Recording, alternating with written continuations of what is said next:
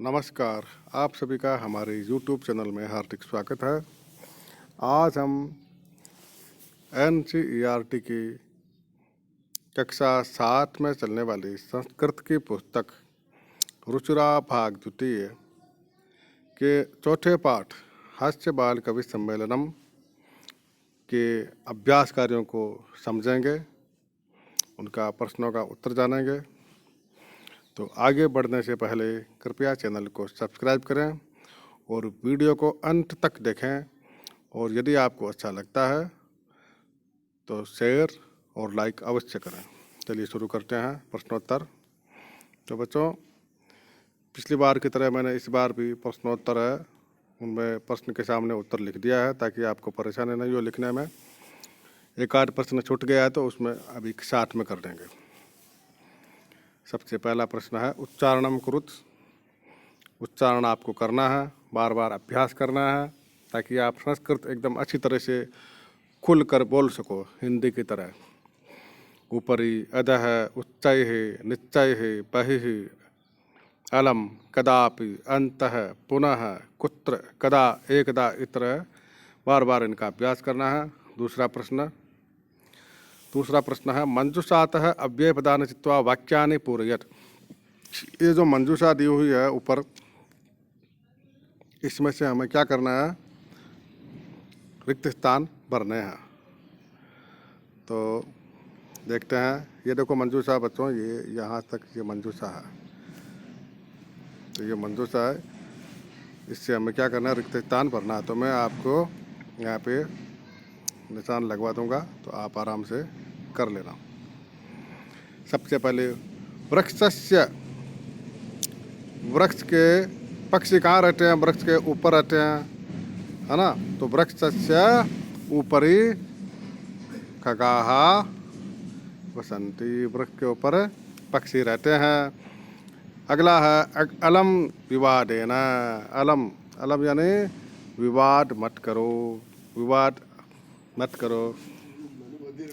अगला है ग, वर्षा काले गृहात्। वर्षा काल में क्या करना चाहिए? घर से बाहर नहीं आना चाहिए। तो यहाँ पे आपको बही ही लिखना है, बाहर मत जाओ।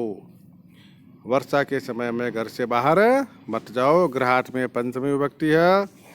आगे है घ, मंचस्य श्रोतारः उपविष्टाः सन्ति। मंच के श्रोतार कहाँ बैठते हैं? सुनने वाले नीचे बैठते हैं। तो सुनने वाले को संस्कृत में अधः बोलते हैं, तो यहाँ अधः आ जाएगा। मंच के नीचे श्रोतागण बैठे हुए हैं। आगे है छात्राः विद्यालय से। छात्र विद्यालय में क्या करते हैं? अंदर प्रवेश करते हैं। तो अंतः को संस्कृत में अंतः कहते हैं, इसलिए आपको अंतः यहाँ लिखना है बच्चों। तो इस प्रकार आपका ये दूसरा प्रश्न पूरा हो गया है। एक बार वापस देख लीजिए इसको। एक बार वापस देख लीजिए।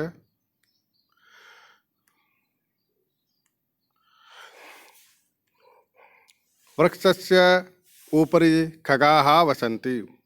पेड़ के ऊपर पक्षी निवास करते हैं।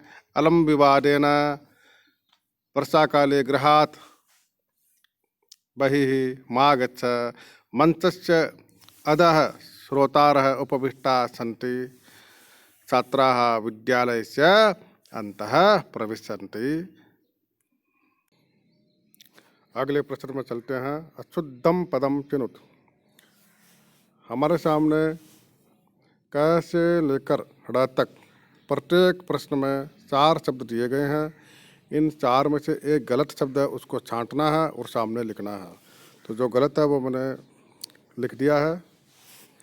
पहले वाले में गमंती गलत है, दूसरे वाले में गजेण गलत है, तीसरे में मातया गलत है, चौथे में माते गलत है, और 5वें में शेवटी गलत है। गमंती की जगह है गच्छन्ति होना चाहिए, गजेण की जगह है गजेन होना चाहिए, मातया की जगह है तृतीया है तो मात्रा, और माते की जगह है इसमें आना चाहिए मातारव, सेवटी की जगह सेवटे। तो बच्चों, मैंने आपके सामने लिख दिया है, आपको गलत ही लिखना है, जो गलत है वो सामने लिखना है, सही है वो सही रहेंगे, जो गलत है वो गलत ही रहेंगे। तो ये मैंने लिख दिया है ताकि आपको परेशानी नहीं हो। आगे अगले प्रश्न में चलते हैं। मंजूषातः समानार्थक पदान चित्वा लिखट। मंजूषा से समान अर्थ वाले शब्दों को चुनकर लिखना है। मैंने यहाँ पे चिन्ह लगा दिए हैं। प्राप्य लेकर और लब्ध्वा यानी भी लेकर, तो आपको लब्ध्वा यहाँ पे लिखना है। प्राप्य के सामने क्या लिखना है? लब्ध्वा लिखना है। ये जो है प्राप्य, इसके सामने आपको क्या करना है? लब्ध्वा लिखना है। ये जब लब्ध्वा यहाँ लिखना है। कुशला के सामने दक्षः लिखना है। हर्षस्य के सामने प्रसन्नतायाः लिखना है। देह शरीरस्य वैद्यम चिकित्सकम। इस तरह से बच्चों ये प्रश्न आप कर लेना।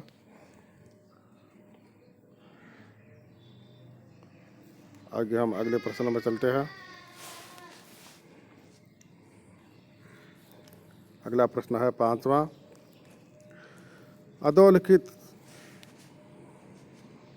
अधोलिखितानां प्रश्नानां उत्तराणि एक पदेन लिखट।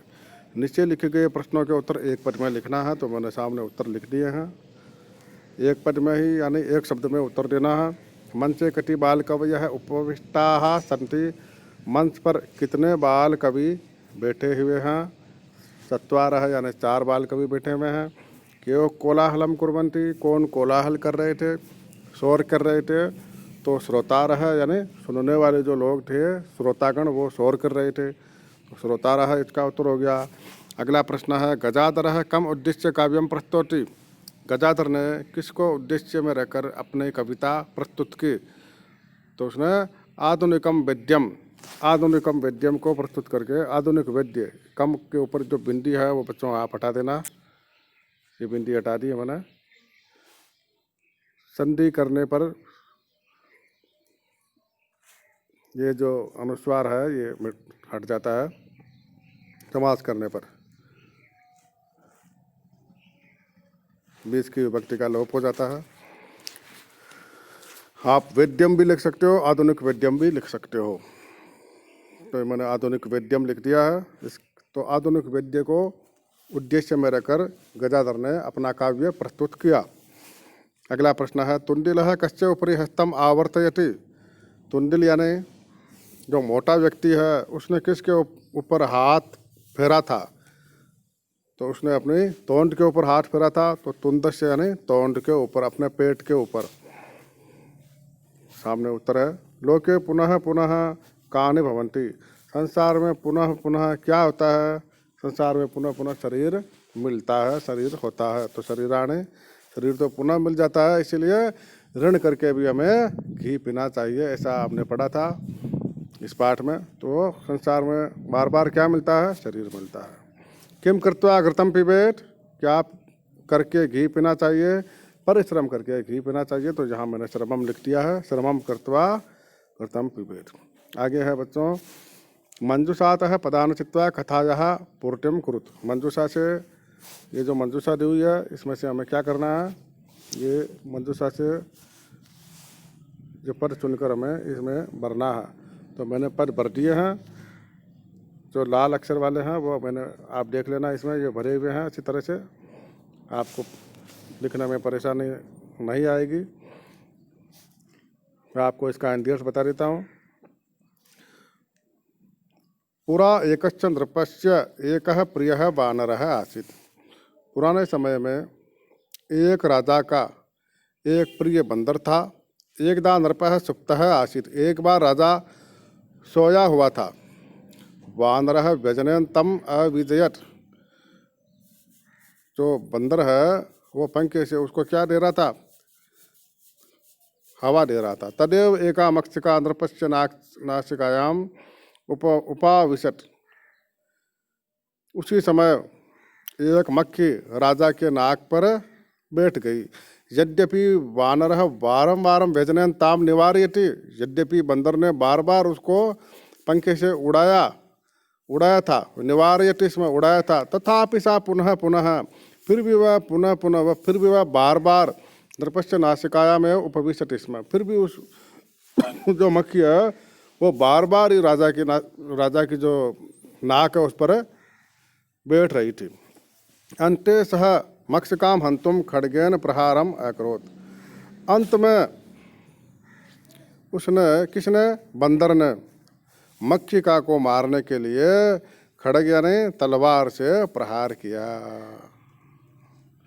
हाँ, मक्षिका तो उड्डीय दूरम गता, मक्खी तो उड़कर दूर चली गई, किंतु खड्ग प्रहारेण नृपश्च नासिका छिन्ना अभवत्। परंतु तलवार की प्रहार से जो राजा है उसकी जो नाक है वो अलग हो गई, छिन्न हो गई, कट गई।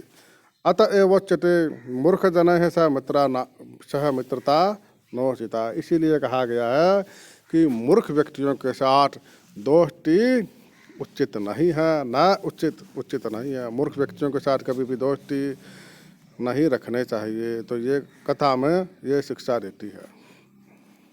देखो आपके सामने दिखाई दे रहा है ना, ये राजा सो रहा है चित्र में, देखो अच्छी तरह से। और बंदर ने क्या किया, मक्खी को उड़ाने के लिए तलवार से प्रहार किया और उस राजा की जो नाक है वो तलवार से क्या हो गई, कट गई।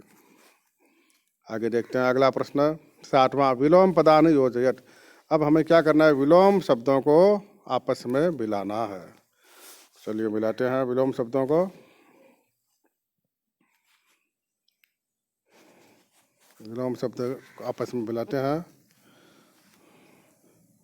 सबसे पहले अधः, अधः यानी नीचे, तो ऊपर का विलोम होगा बच्चों ऊपरी। तो यहाँ पे हम करेंगे ऊपरी। अधः यानी नीचे, ऊपर यानी ऊपर। अंतः यानी अंदर, बहि यानी बाहर। और दुर्बुद्धि यानी दुष्ट बुद्धि वाला, सुबुद्धि यानी अच्छी बुद्धि वाला। उच्चय है यानी जोर से, निश्चय है यानी धीरे। दुर्लभम यानी दुर्लभ, सुलभम यानी जो अच्छी तरह से हमें प्राप्त हो सके उसको सुलभ, जो अच्छी तरह से प्राप्त नहीं हो सके उसके लिए दुर्लभ शब्द का प्रयोग किया जाता है। तो बच्चों ये आपका प्रश्न हो गया है, 7वां प्रश्न भी हो गया है। इस तरह इस पाठ के सारे प्रश्नोत्तर पूरे हो गए हैं बच्चों। आशा है आपको ये पाठ अच्छी तरह से समझ में आ गया होगा। अगले वीडियो में हम अगले पाठ को पढ़ेंगे। तब तक के लिए धन्यवाद।